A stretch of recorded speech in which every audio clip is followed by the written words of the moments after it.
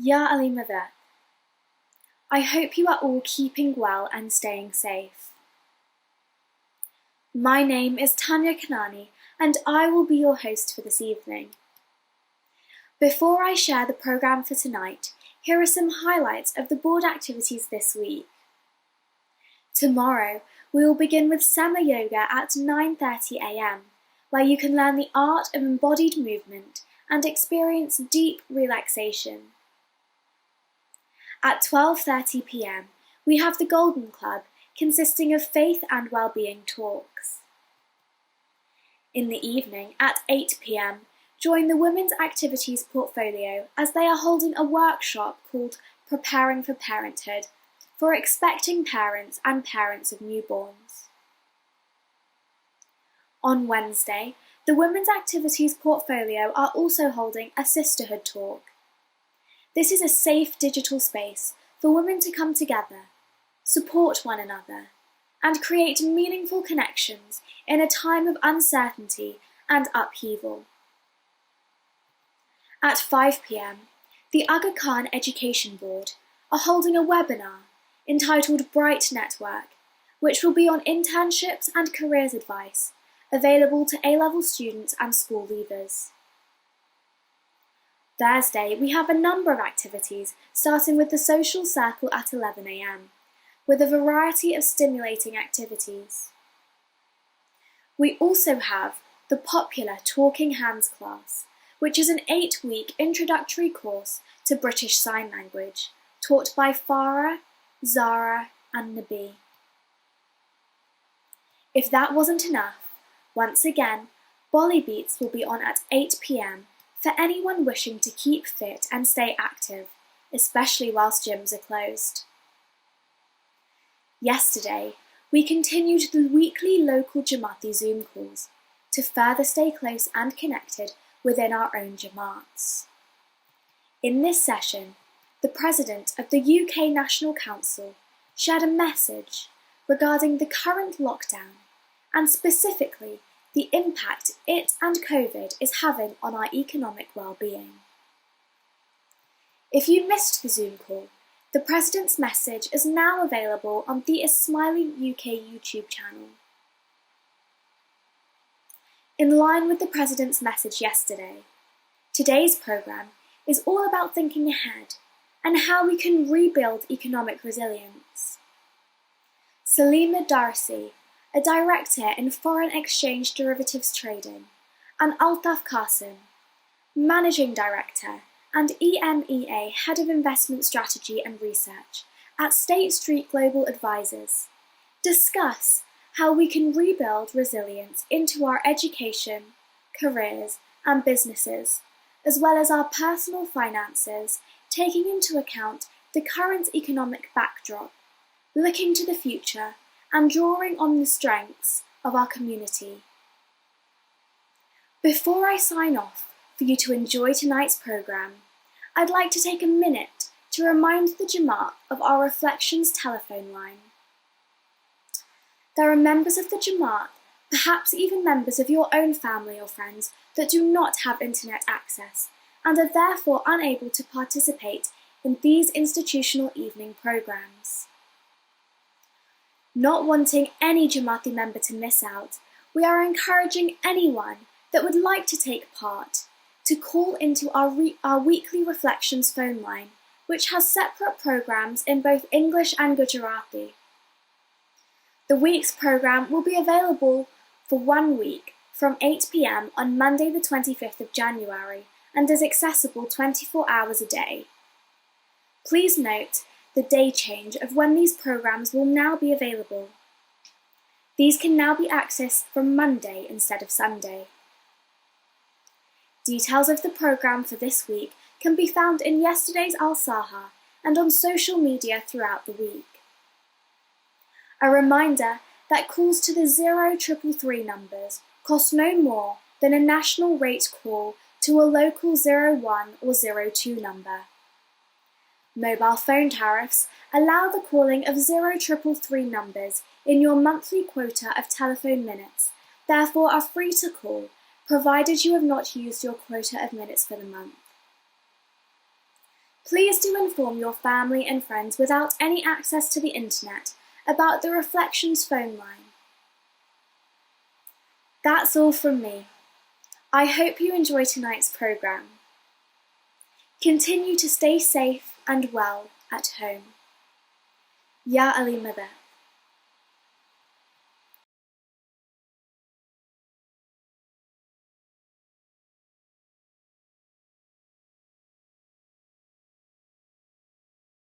Ya Ali Madad, and welcome to the second session of our Thinking Ahead series.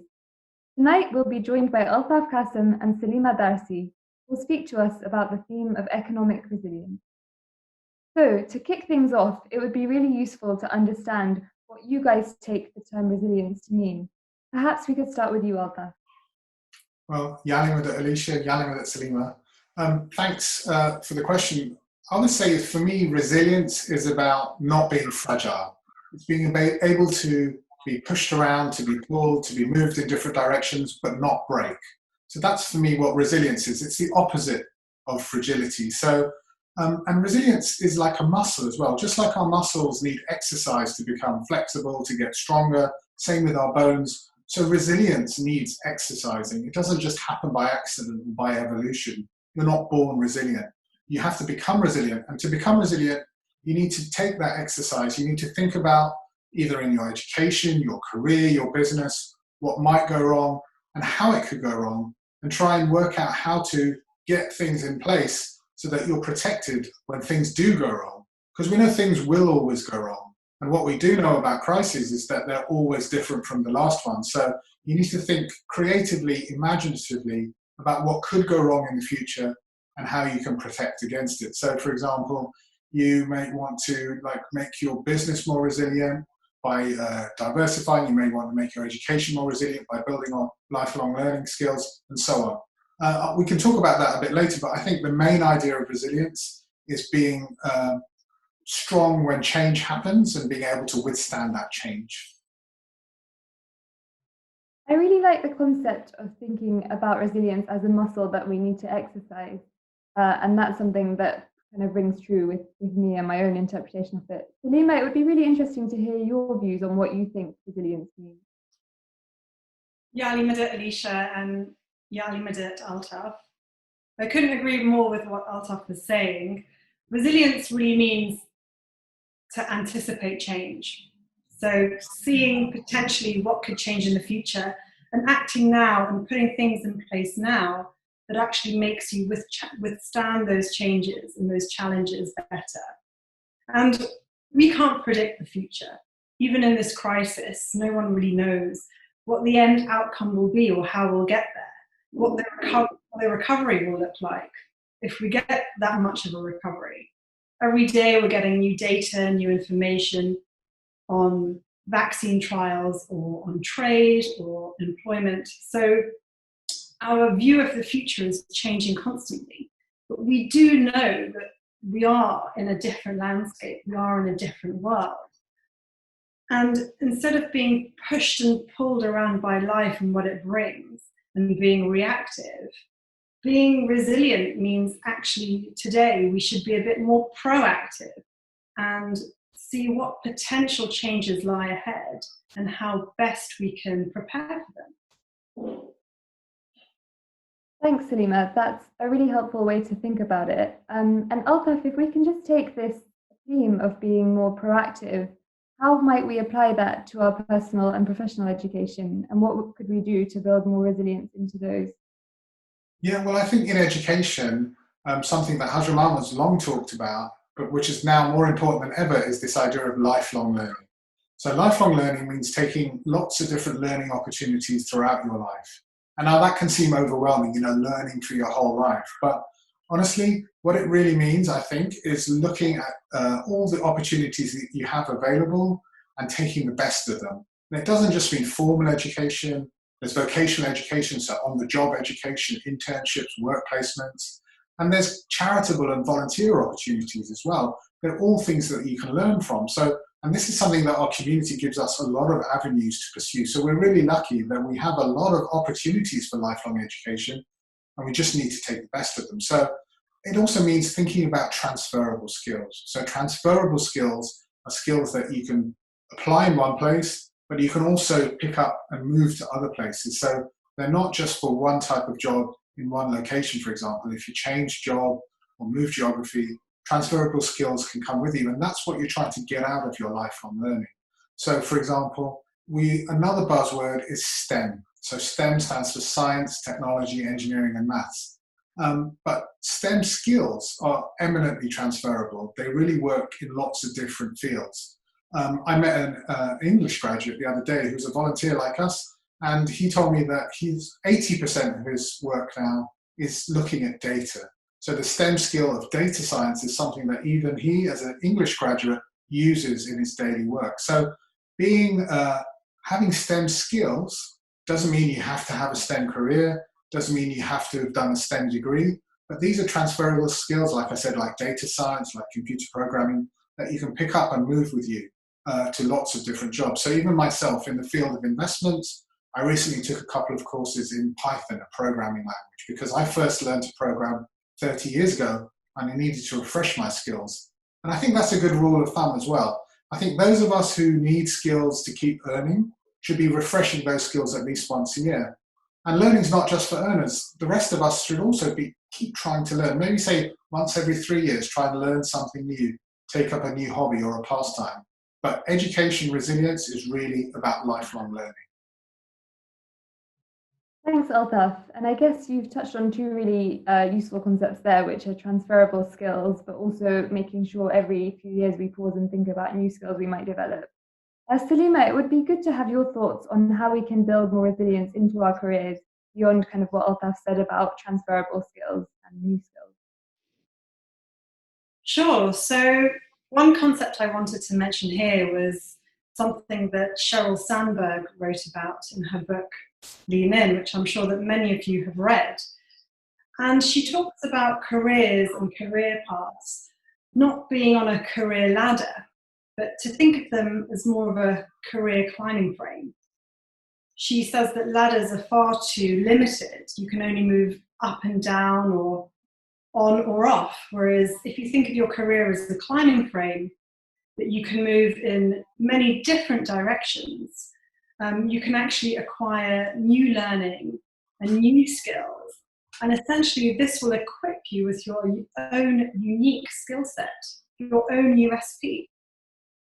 Yeah, and I'd just like to pick up from that, because what Salima said about your own personal USP, we could think of as what's become a more common term now, which is portfolio careers. So I think even the most traditional employer would agree that the job for life is redundant. So the ladder, like Salima described, is finished now.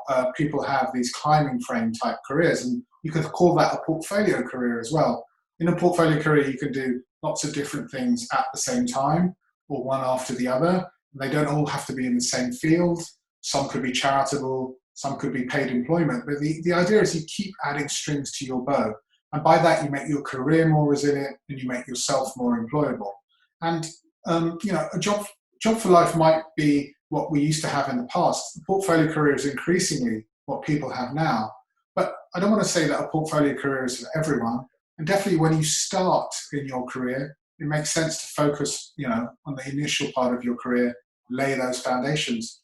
But soon you should start thinking about how you can broaden your skill set, taking those transferable skills again with you, and build up more resilience in your career so that if your industry changes, if you move in terms of geographical location, you can still take your skills with you. So try and think ahead, try and think about the future. Where will your industry be in 5 years' time? What skills do you need to develop to keep pace with it, and start building those skills now? Thanks both for those really interesting observations and tips on resilience within our careers and also within our education more generally. It would be good now to turn to the economy and perhaps start with the big picture. Salima, given you work in global markets, it would be great if you could share what you think the markets are telling us.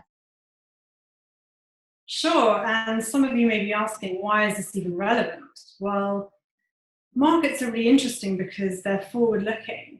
They essentially tell you what people think about the future of the economy and the future of businesses. So with this in mind, let's look at the US equity market. Yes, it's the S&P 500 index. At the peak of the crisis, back in March, this index was down 35% on the year. That's a bigger collapse than what we saw during the 2008 financial crash. But since then, actually, markets have rebounded, and the US equity market is now only down roughly 5% on the year. If you look at oil, which is a good barometer for global growth, that's rebounded some 80 to 90% from the lows. And if you look closer to home at the UK currency, the pound sterling, that's rebounded 12% from its lows to the value against the dollar. So the markets have actually been pricing in quite an optimistic outlook. So you could even argue, what's there to be so worried about? But the interesting thing is that if you dig a little bit deeper to what the headline numbers suggest, they're actually telling a far more interesting story. And that's that the future landscape of the global economy has changed and will continue to change. So for example, let's take the S&P 500 again. The rally that we've seen back to the highs has been primarily driven by technology stocks. So Apple, Amazon, Microsoft, all back to their all-time highs. Whereas if you look at hospitality stocks or airlines, they're still very much lagging the move. So already you're starting to see that some companies and some businesses are actually faring much better from this crisis than others. And you could also argue that, okay, we'll get another boost to global growth because economies are opening up again and we see pent-up demand coming back. But keep in mind, this also risks a second wave of the virus and then potentially a second lockdown and potentially another hit to global growth. Thanks, Salima. That's been a really interesting account of how the markets have been looking. And I think something that's coming through is obviously that there's different sectoral impact in different cases. I guess something that comes to mind here is that during the early days of the pandemic, COVID was described as potentially being a great leveler. I just wondered what you kind of thought of that idea. Yeah, so I remember when this comment came out, and it was a very hotly debated comment that COVID-19 is a great leveler. And I think that over the course of the last 3 months, this has really proven to be so far from the truth. It's exposed so many inequalities in age, in gender, in ethnicity, in how governments can cope and react and have responded to the crisis, and how different businesses have reacted. And this, of course, all has an impact on people in the workforce.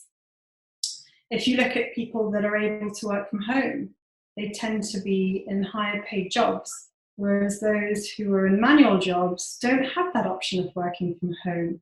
And so arguably, they're at a higher risk of losing their job or going to work in a riskier environment. Now, if you take education, it's primarily been accessed through technology. So again, there's going to be inequality here because not everyone will have the same access to technology. And when I was doing some research for this discussion today, I actually came across a really interesting piece of analysis from the Sutton Trust that showed that children from private schools who are accessing online education every day is actually double of that from their counterparts from state schools. So all these factors are going to have a lasting impact on inequality going forwards. And I also just wanted to share with you some of my experience of working with focused humanitarian assistance. And that is, we're already starting to see some divergences come through in how this pandemic has affected members of the Jamaat, not just globally, but also much closer to home in our own UK jurisdiction across the various European countries. Those are some really useful reflections, Salima, particularly on how this crisis will affect different groups. And I think that's going to be a really key part of how we think about recovery and how we make things better, essentially, for lots of different groups of people. I think just thinking a bit more about the Jamaat, obviously we have lots of business people within the Jamaat, and I wondered, Altaf, if you could focus for a moment on what people can do to make their businesses more resilient. Yeah, thanks, Alicia. So I think the key to business resilience, like so many other things, is diversification. So diversification is something we talk about in businesses, but I talk to my clients about it in investments as well. And what it really means is spreading the risk, not putting all your eggs in one basket. So, you know, what we've seen over businesses over the last few years is that globalization has really pushed businesses to try and make their processes as efficient, as thin, as cost effective as possible. So using low cost producers, outsourced workforces in developing economies, and then trying to sell at the highest price, say, in developed markets. And that's worked because we've had global transport networks, low tariffs, easy regulation. All those things, I think, post-COVID are going to start falling apart, or at least being taken down. They're not going to work as well. And so businesses have to move to a more resilient mode. And it's a bit like what Salima was talking about in the Sheryl Sandberg book about a climbing frame. We're going to have to move from a supply chain model, which is very long, very thin, and only as strong as its weakest link, to something more like a network, where you can have bits which fail, but you can still get up the network. You can still climb the climbing frame. And so you're going to have processes in place where if something fails, you have an alternative. So again, as we've both been saying, it's about thinking about what could go wrong, how it could go wrong, and building for the future. It's having to be imaginative about businesses. Now, some businesses operate on scale, so catering is a good example of that. If you own a fast food outlet, it makes sense to have multiple of the same brand so that you can have economies of scale in buying your goods, and then you can, marketing and so on becomes a lot more effective. So some businesses do operate on scale, but think about how you can diversify even within that business between, say, location, say high street versus shopping center, or delivery model from walk-ins through to online. The crisis has shown that you need to have that resilience so that you can actually survive when business conditions become tough. So for me, business resilience is all about diversification. Thanks, Altaf. Obviously, diversification is really important in supply chains and in businesses. Thinking about kind of links of a slightly different sort, I guess maybe another factor are the kind of people-to-people or business-to-business links. And Maulana Hazri Imam, in his guidance in Lisbon during the Diamond Jubilee, mentioned that we should work together and come together. And I wondered if you had any practical tips on how we could do this more within the community. Well, yeah, Alicia, I think we're really lucky again in what our community has to offer. And this time it's industry associations. So that's where, people who are working in the same industry can club together and make themselves more resilient. And they do that through, for example, knowledge sharing or purchasing power. But the idea is that by coming together, by forming or being part of these associations, we make ourselves all more stronger. We make ourselves all more resilient. And that's really important in terms of building the future success of our community as well. So these industry associations exist across multiple industries. If you're not sure if there is one for your industry, or you think there isn't one and you'd like to approach the EPB and build one, I'm sure they'd be very happy to hear from you. But the key is to work together to share resources, be it knowledge, be it purchasing power, be it advertising spend, and together make the community more resilient. Thanks, Altaf. I couldn't agree with you more. And I think that we're really lucky as a community to have so many resources and great forums in which we can discuss this kind of thing. I think now it would be useful to move to how we can build resilience into our personal financial situation. And Salim, I wondered whether you could offer us some tips on that. Sure, of course. Well, the most simple asset we all can consider, be it individuals, families, or businesses, is that of cash, and how much we're actually putting aside during this period for an uncertain future. Arguably, at the moment, your cash is not really going to be working for you, with interest rates so low and likely to be low for a considerably long period of time. But this doesn't really mean we shouldn't save, because circumstances could very easily change through loss of income, be it through loss of salary or loss of business income. So we do need to be a bit more prudent about how we save. And I think what's interesting is that actually, if you look at savings rates during this crisis, they've actually gone up quite considerably.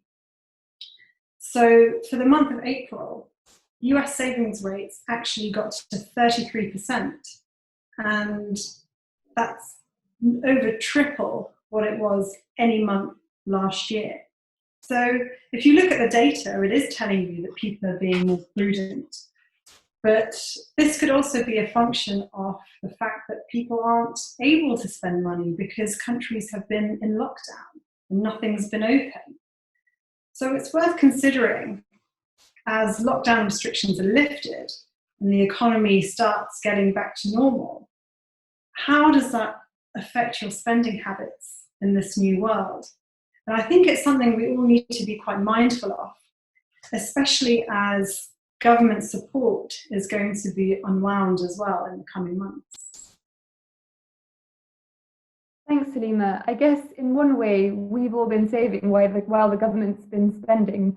And Altaf, I wondered if you could offer some thoughts on what this means for the public purse and for our own purses. Yeah, I think Salima made a couple of great points. One is that interest rates across the world are going to stay very low for a very long time. And the other is that governments are pulling back on their support. So what does that mean? Well, it's great news for borrowers, and we'll come to that later. But if you're a saver, like Salima said, putting your money in the bank seems like not such a great idea right now. But what I would say is that there's one type of saving that's really important for everyone, and that is saving for your pension. So this is a time now when governments, private sector providers have started pulling back on their pension guarantees. That really started happening after the global financial crisis, so more than 10 years ago. And it's not going to change. The governments aren't going to come back and start providing pensions and guarantees and safety nets like they had in the past. That world is gone. So it's up to us to look after our own retirement resilience. And to do that, we need to keep saving in our pension. However young you are, as you approach retirement, that's going to become more and more important as a source of future income. So think about saving for your pension if you haven't done that already. Even with rates so low, the beauty of compounding is that you can invest in, say, the equity markets, the bond markets. If you do it in a balanced way, you can grow that income all the way to your retirement. So pension savings become very important. At the same time, with rates so low, like I said, borrowing seems like a great idea. But we would be wary of people starting to borrow heavily against their businesses. Rates might be low, but financial conditions are still very fragile. We don't really know where the economy is going. And especially if you look at OECD forecasts, it's forecast that the UK will have a deep recession and a long recession. We've heard that from the Chancellor as well.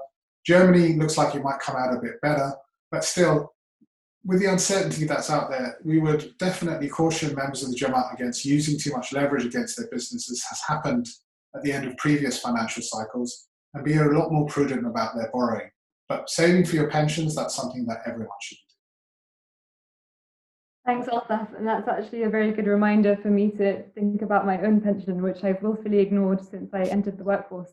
Now it might be quite useful if you could kind of distill your one bit of advice on how people can maintain and kind of support their economic resilience in the future.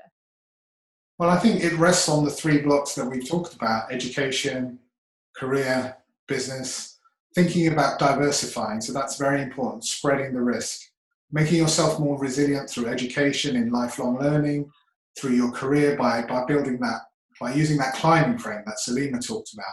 Don't just think about the ladder, think about building laterally, think about a portfolio career. And in your business, again, diversification. Don't rely on a single supply chain, diversify, use a network, tap into these smiley networks as well. And on the topic of lifelong learning, I should mention that as a Jamaat, we've all got access to online training provider Allison. All we need to do is log on to IOUK and click the link to Allison. So we've got a tremendous amount of resources. It's about, as we said from the very beginning, exercising that resilience muscle, thinking forward, thinking, say, 20 years forward. Now, it's hard, especially when you're 20 years old, to think 20 years forward. So think, say, in 5-year steps. Where do you want to be in 5 years' time? What do you need to do to get there? What transferable skills do you need to pick up now to make sure that you do get there? And keep thinking like that. So transferable skills, diversification, thinking about the future, they help build up resilience. Great. And Salima, what would be your one bit of advice? So I'll just keep it very simple. And that means more planning, means less panicking, and better decision making. That sounds eminently sensible. Thank you both for those reflections. I guess it would be quite nice to end this conversation on a kind of positive note, even though, you know, there is a bit of doom and gloom forecasted. So I think we now feel better equipped to get through that. I just wondered if either of you saw any opportunities arising as a result of this crisis. And perhaps, Altaf, we could start with you first. Well, I think one thing about the crisis is it has thrown into relief some of the things that are wrong with our society, that are wrong with the economy. And it does feel like people are more keen now to fix them than they were, say, 10 years ago.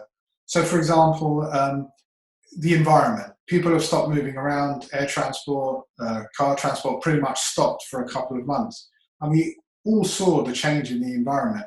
And that's something that I don't think is going away, this climate awareness, the idea that we need to act now to stop the world becoming a much worse place in terms of the environment.